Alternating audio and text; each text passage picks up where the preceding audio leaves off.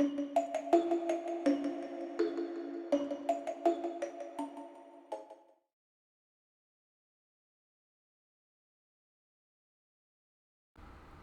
guys, this is Mistress Nightmare here.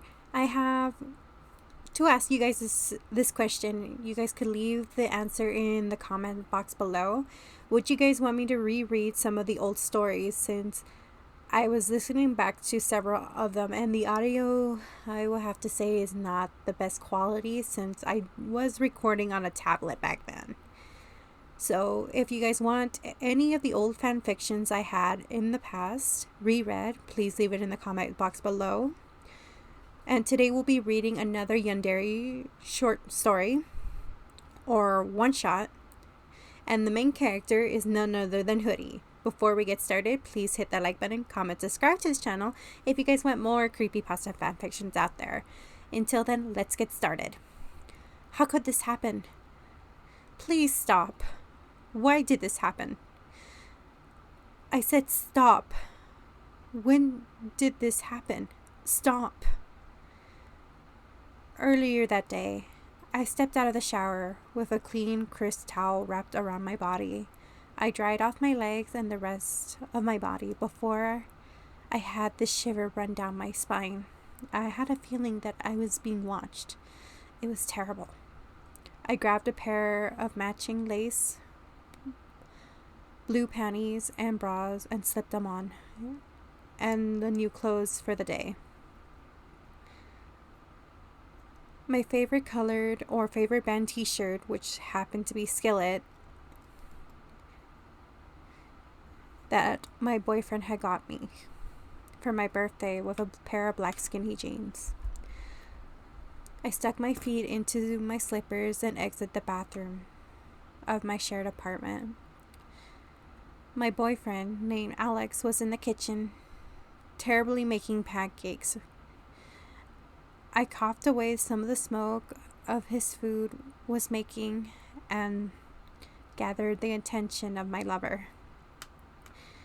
Oh, sorry, Lizzie. I was trying to make you some breakfast, but I've kind of burnt it, he said sheepishly as he stuttered, tapping his cheek as it turned bright red.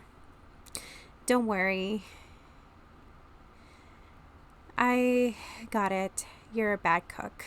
I giggled, and he blushed and stuttered harder and more apologies.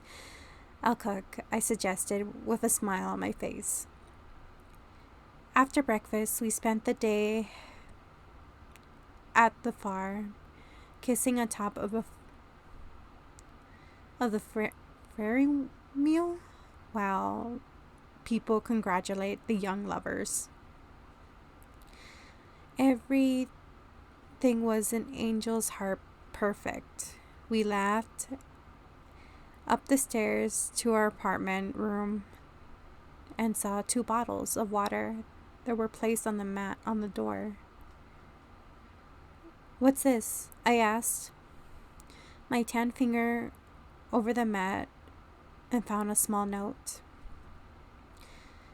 I had 2 extra waters, and I wanted to find a way to reply for the other day, so I decided to give you these as the beginner start. Mr. McLeod? It's a note from Mr. McLeod to thank us for helping him doing his chores for volunteering at the Elder Center, my boyfriend read out loud. Oh, it's been a waste if we left them out here. I grabbed the bottles by the neck and brought them in, and twisting the cap off, as my boyfriend did the same. I gulped several of the cold water down my throat. A few more swallows, my vision got hazy.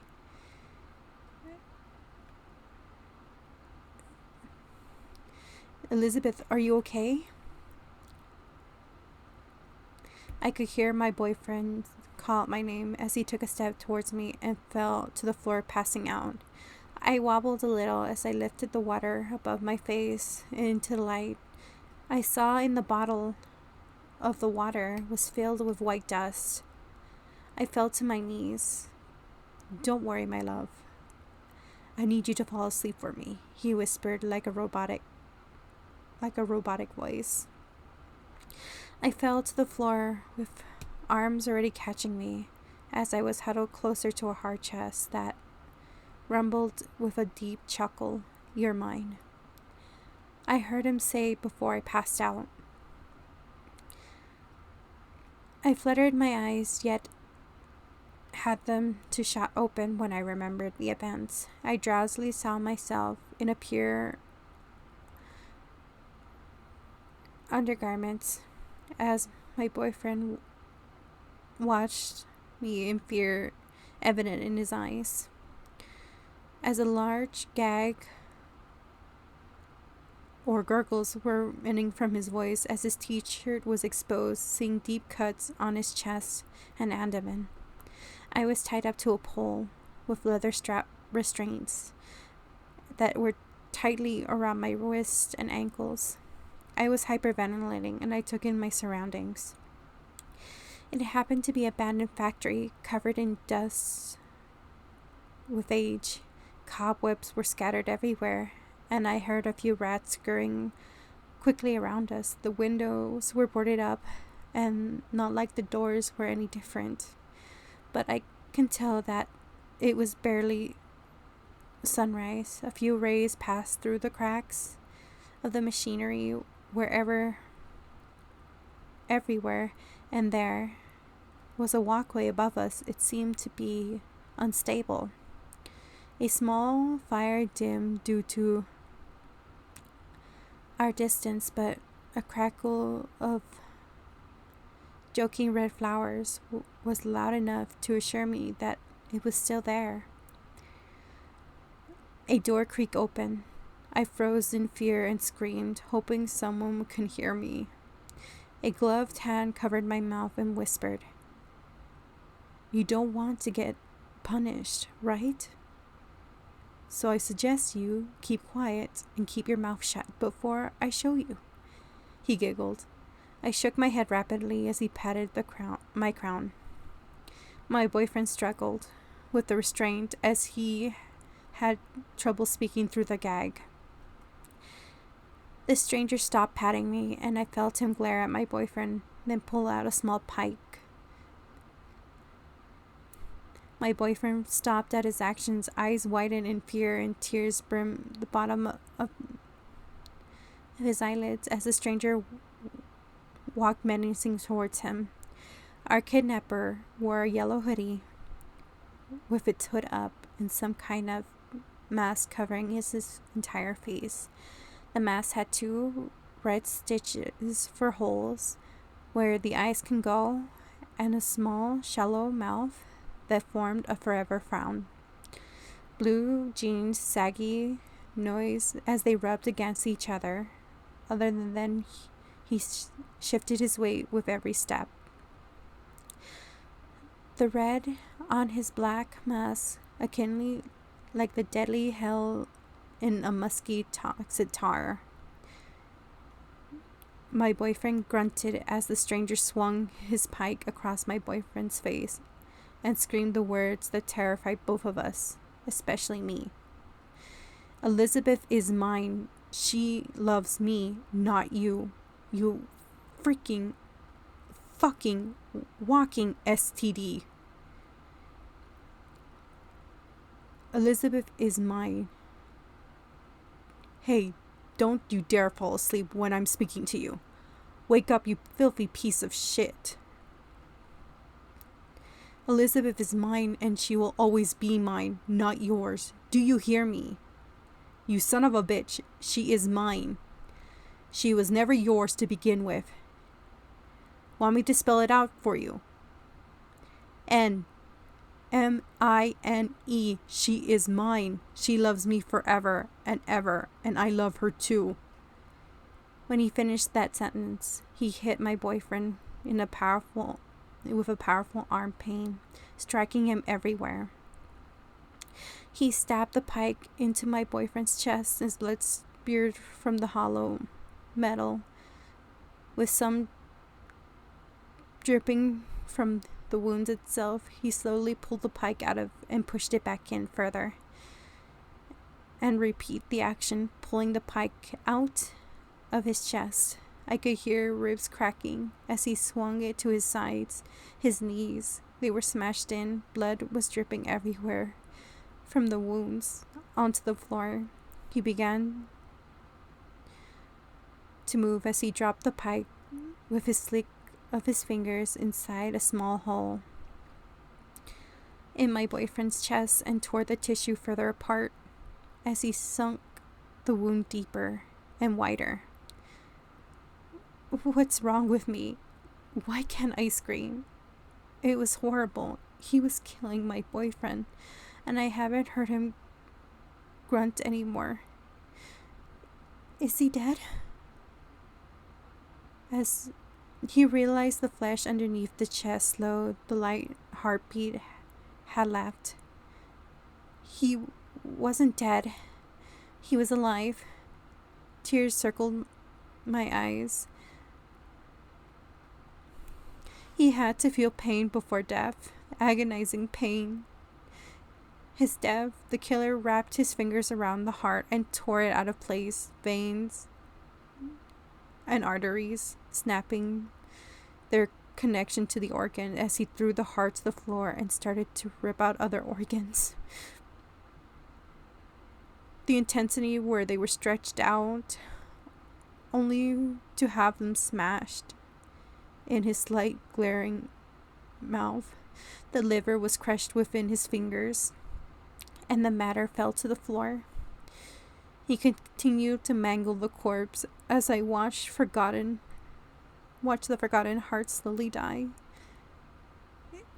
It breathes air, yet when it exposed, it withered in a basic need. The lungs were popped out like balloons. He grabbed the pike and left my boyfriend upwards. His dead blue eyes looked up to his murderer as he somehow stuffed the pike into his mouth and filled with the organs, then letting his head go and walked back to the dark corner, only to come back with a big rat in his hands. The rat had dark gray fur and red beady eyes, sharp nails, whipping tail, snapping teeth, and white foam sprouting from its mouth. It struggled in his grasp.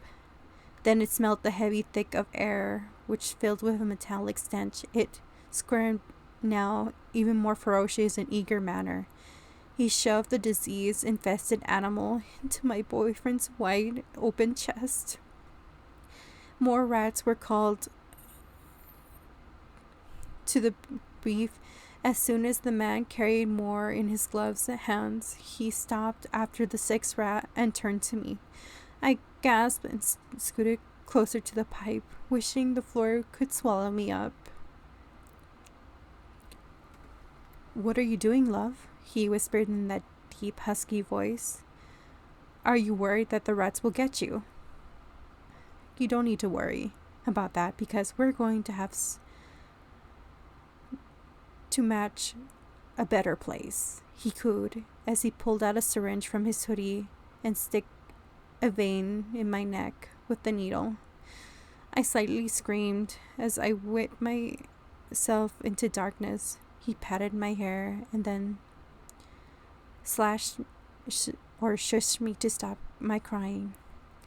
He tried consoling me. He killed my boyfriend. I tried to push myself away from him, but he gripped me harder and pushed me against his chest. My eyes fluttered. Blink once, I could see the fire. I blinked twice. I see the body that was dehumanized from its rays. I blink a third time. I see his masquerade is showing a pair of lips. All senses failing.